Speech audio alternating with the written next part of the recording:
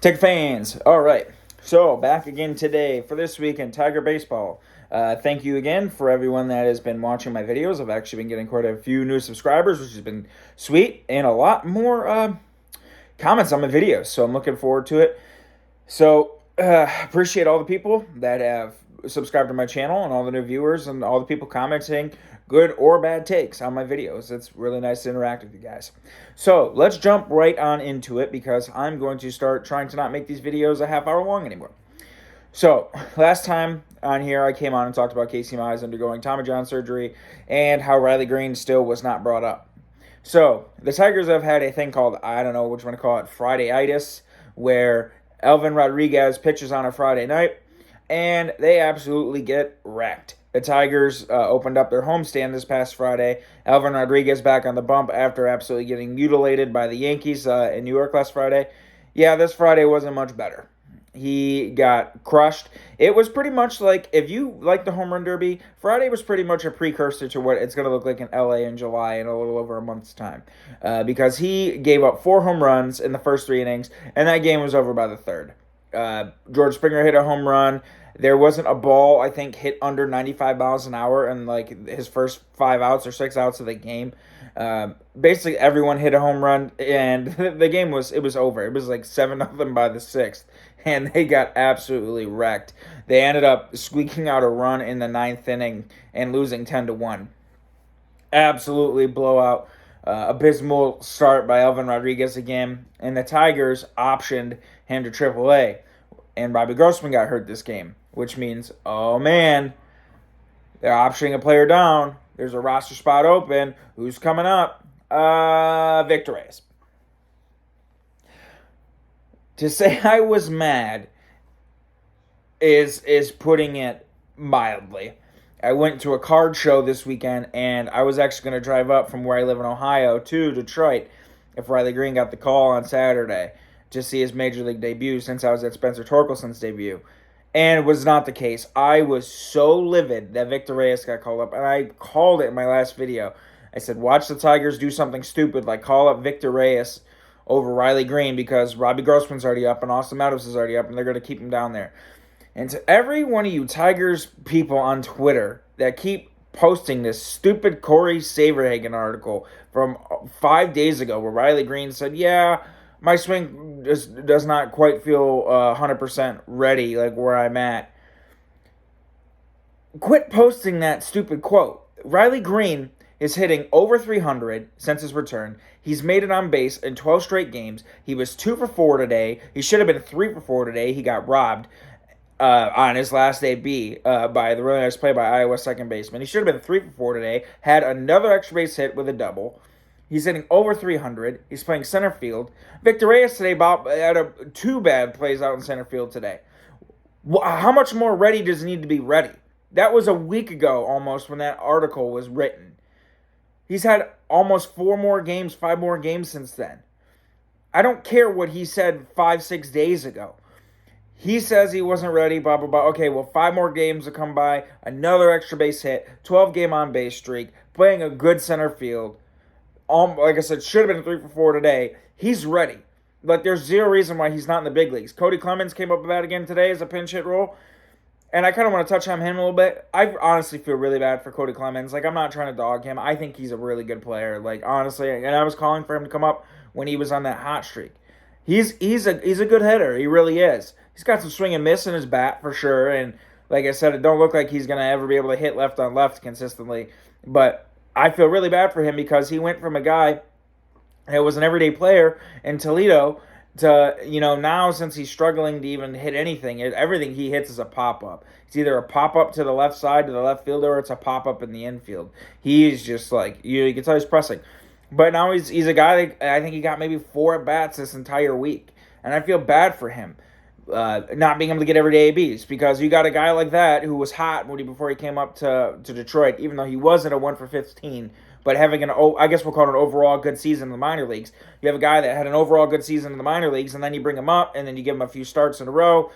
he struggles, you sit him, and now you don't want to. You already know you can't play him against left-handers because they figure that out really quick by his at-bats, and he's only been able to draw one walk out of 18 plate appearances, so they kind of figured he's a put a ball in play kind of guy, a free swigger. So now he went from getting everyday ABs to sitting on the bench every single day, and you could, when you don't have a big league hit yet, and I think he's 0 for 18 now. I feel bad for the kid because I want to see him do good. Like, I'm not trying to dog him. My point is Riley Greene should be in the big leagues. Cody Clemens is 0 for 18. Victor Reyes comes back and goes 2 for 3 his first game. Yeah, great, wonderful. I'm not saying Victor Reyes is not a big leaguer. Victor Reyes is for sure a big leaguer. But Victor Reyes is a career 4A player. Like, it's as simple as that. He's not an everyday regular. He's been a guy that's been a platoon dude in the big leagues. He's never really been a guy that was ever going to sniff a 500 plate appearances thing. Maybe in like 2019, 2020, he potentially could have, been a 300 at-bat guy when the team was as brutally bad as it was. When they had Brandon Dixon playing there for the frickin' team. But not right now. Riley Greene should be in the big leagues. And if he's not up in the big leagues sometime this week, it's just, I just don't really know what more to say. It's a pathetic move by the organization. Robbie Grossman, he got one of the 2 hits that the Tigers managed to squeak today. Their offense was pitiful. We're going to talk about that here in a second. He got a hit on Friday, ended up hurting his knee on a foul ball. He looks lost at the plate this year, guys. He has no pop. He looks lost at the plate. Why is Riley Greene not in the big leagues? And I don't care about that athletic article that Cody Stavenhagen wrote 6 days ago. I don't care. The bat in Toledo has shown that he's going to hit. The discipline to get on base, he's showing. The ability to play good center field, he's showing. He needs to be in the big leagues. Simple as that. With the current options they have up there right now, he needs to be in the big leagues because this team, as an offensive whole, is a joke. The Tigers this year, when scoring, and now let's get into the offense. The Tigers this year, when scoring first, are 17-6. They scored first on Saturday, and they almost shut out the Jays. Giovanni Soto made it a little interesting in the ninth when he gave up a hit and put the tying run on when they were up 3-0. And they almost shut him out, or 4-0, and they almost shut him out. It seems like whenever this Tigers team does not score first, as soon as the opposing team gets a run, it's like it's in their head. They know how bad of an offense they are, and they know how bad of how bad their lineup has been.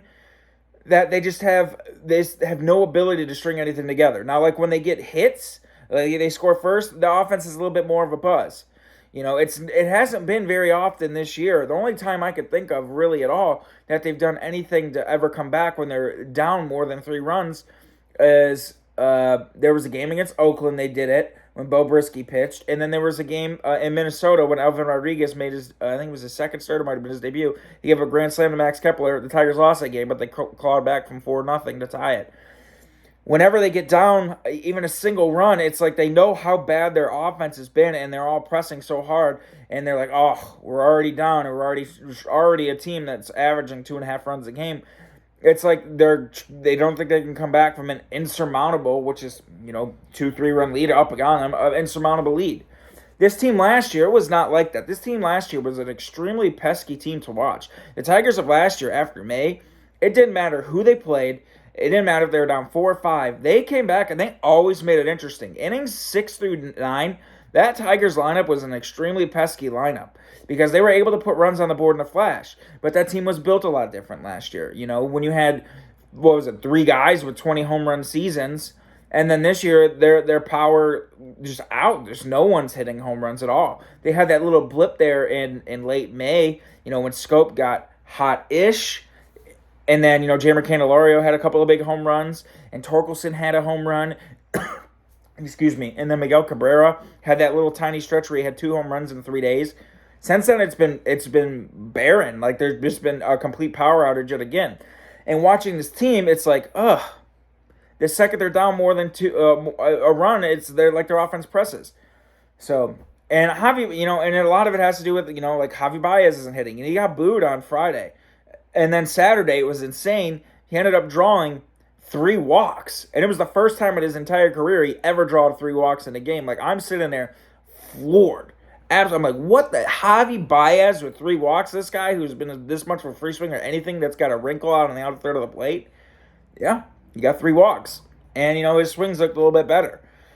It didn't translate into anything for today, obviously, because the Tigers got shut out yet again, and their offense only mustered 2 hits, which is pretty pathetic. But I don't know. This team is just so perplexing because they're 10 games over 500 when scoring first. But literally the second they get down a couple runs, they just go into crawl up at a ball and die mode. And it makes no sense. That the fact that this team, when they score a run, can energize their lineup a little bit and they can string some stuff together. But the second they're down, they just die. So, which brings me into my next thing that I wanted to talk about that I alluded to in my last video was the Tigers. This offense shouldn't be this bad for forever. Because now the Tigers are getting healthy. Erod is close to making his return, Eduardo Rodriguez. They expected him up this week, but they said his start's going to get pushed. AJ Hinch today said that they was going to join the rotation this week, but now it's getting pushed because of some personal reasons, and Erod is currently not with the Tigers. So who knows there. But he's a push to come back. They now have Victor Reyes back.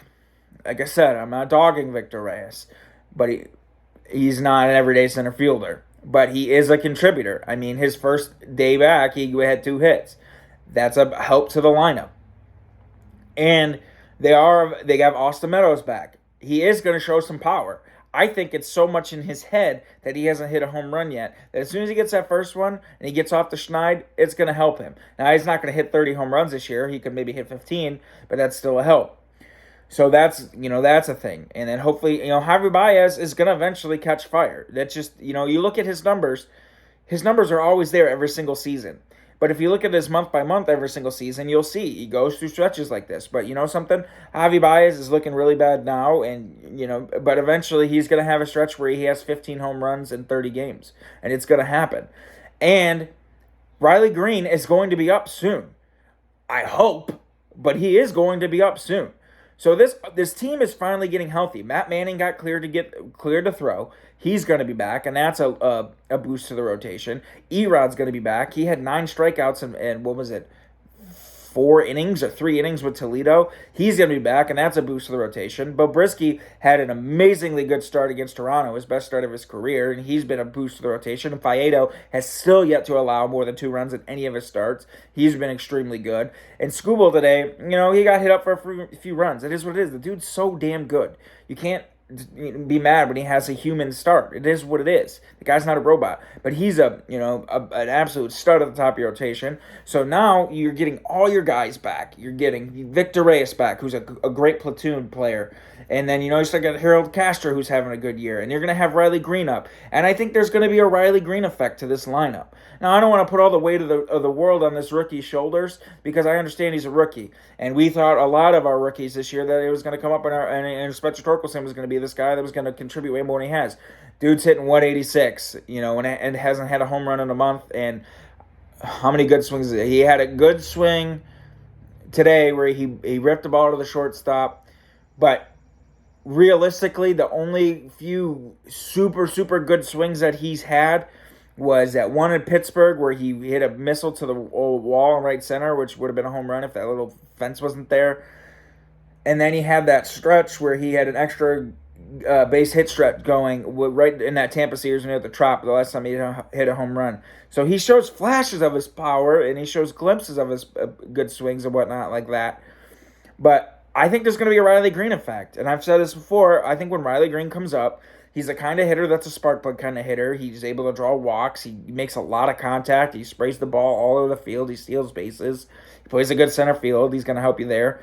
And I think there's going to be an effectiveness to that because there's not one of those kind of guys up in the big leagues this year. And Akil Baddoo is a guy that he's down in AAA, and he could be back sometime this summer if he ever can hit with the stick. And he's another one of those spark plug kind of guys. And the Tigers lineup just does not have a single one of those spark plug guys. Last year, the Tigers had guys all throughout that lineup that could get a big hit in a big situation.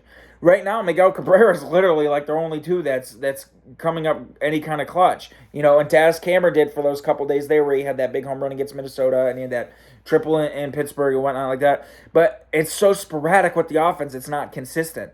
And I think with a spark plug kind of guy like Riley Greene that you could put at the top of your lineup or if you want to sprinkle him down, it's going to take the pressure off of a lot of guys if this guy comes up and is even as half as good as his potential is going to be in the big leagues by getting some timely hits, by getting some hits with 2 outs or leading off an inning with a hit and being able to steal a base, making a nice defensive play. I think if they had that spark plug kind of guy, it really changes the dynamic of your lineup because hitting, like they say, hitting is contagious. And I think if they have someone like that, it's going to change the lineup. And I think also if he comes up and he hits even half as good as his potential, it's going to take some pressure off of Torkelson because right now Torkelson's, the lone rookie who's an everyday starting lineup, and he's looked upon as a lot because he was a 1-1 guy.